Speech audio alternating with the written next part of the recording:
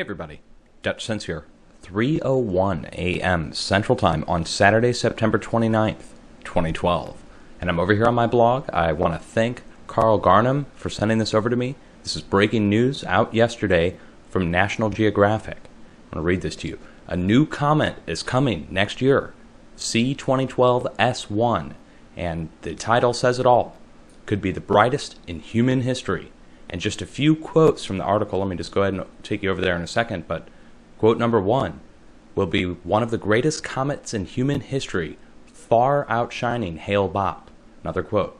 Right now, 2012 S1 appears to be 615 million miles, that's 990 million kilometers, from Earth, between the orbits of Saturn and Jupiter, astronomers say. And another quote. It's thought that this is the first time this particular comet has ever passed through the inner solar system, meaning it's never been blasted by the sun before. Its brightness magnitude is expected to be -16. In comparison, the sun has a magnitude of -26, and Comet Hale-Bopp was -1. So it's going to be about half as bright as the sun, right? Brighter than the moon. And I just had a little tongue-in-cheek in here, but here's your Nibiru, guys. Happy end of the world. I'm going to get a cigar and coffee. And I put a link to the original Facebook post down below. And let's go over to the National Geographic article really quick. You guys can just take a look here. And again, it's got a whole article on here. You guys go ahead and read that.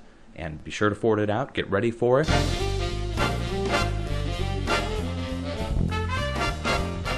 September 16th, lowest recorded Arctic sea ice ever.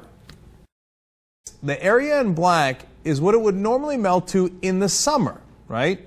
Average for the last several decades.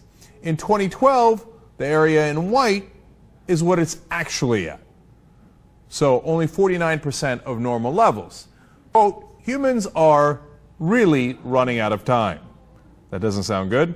Arctic ice covered just 1.32 million square miles, the lowest extent ever recorded, 49% below the 1979 average. Hilarious line. He said, what happens in the Arctic doesn't stay in the Arctic. And that's so true.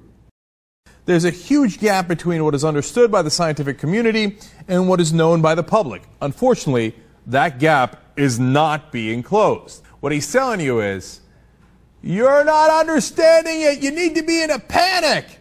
Now, I remember the last time Republicans made fun of a guy who was in mid-panic. They said, oh, this Richard Clark, he's going around the White House with his hair on fire. He left over from the Clinton White House. He better calm down. Who was he? He was the counterterrorism advisor that was telling the Bush administration, Al-Qaeda is coming. Al-Qaeda is coming. Please defend the country. We might suffer a catastrophic attack. This was all the little squiggly lines you see are all the projections that the scientists had. They thought, well, look, we know based on global warming and climate change that the Arctic ice is going to melt, and it's going to melt over this period of time. Turns out they were wrong. That red line is the line that actually happened. It is worse than their projections. Look, we're already at 0.8 degrees Celsius warmer than we were, and world leaders have agreed that if we get to 2 degrees Celsius, it's game, set, and match. Catastrophic climate change. You know that we have to keep 80% of the fuel that we can tap into, oil, other carbon-based fuel, etc., in the ground in order for us not to reach that 2 degrees Celsius. Now, with those trillions of dollars that they're going to make off that oil and gas and coal, etc., you think they're going to keep 80% of it in the ground? They're not going to keep it in the ground. In fact, the Arctic melts. They don't see that as a warning. They see it as an opportunity to make even more money from oil. And we're diving full steam ahead.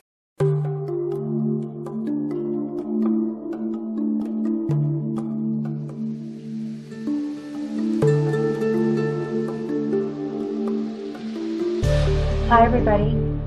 Mutated corn, Portland, Oregon, likely from the radioactive particles coming from Fukushima. I've never seen corn like this in my life. Never, ever, ever. And I come from the prairies where we grew a lot of corn. I've never seen corn like that. Oh my goodness, just look at it.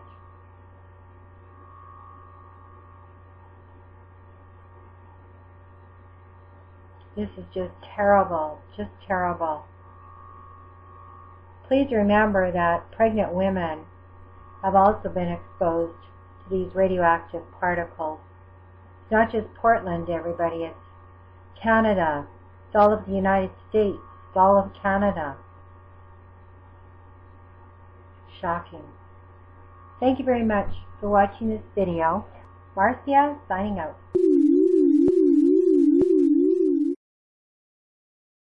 Hi, this is Sheila Aliens. That's right, a UFO. Willis tells me his friend saw it Tuesday night. He went back to the same spot the next night, and sure enough, there it was again. They were in a circle and it was like 6 continuous circles. And then it's like they just split the circle and moved in a V, and they went out one by one from the top to the middle.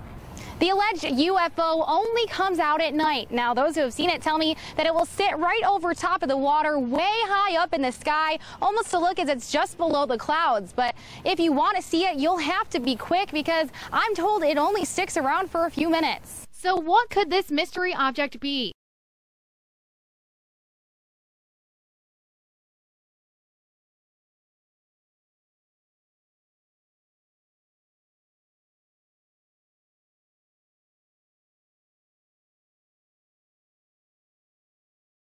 This is Major General Albert N. Stubblebine III, U.S. Army, retired. Subsequent deterioration of the physical plants at 5 of those reactors have created a threat situation unparalleled in human history. Fact, despite denial and cover-up, the reality has emerged that enormous amounts of radioactive material has been spewing into the atmosphere, polluting the groundwater and the food of Japan, and entering by the tens of millions of gallons the waters of the Pacific.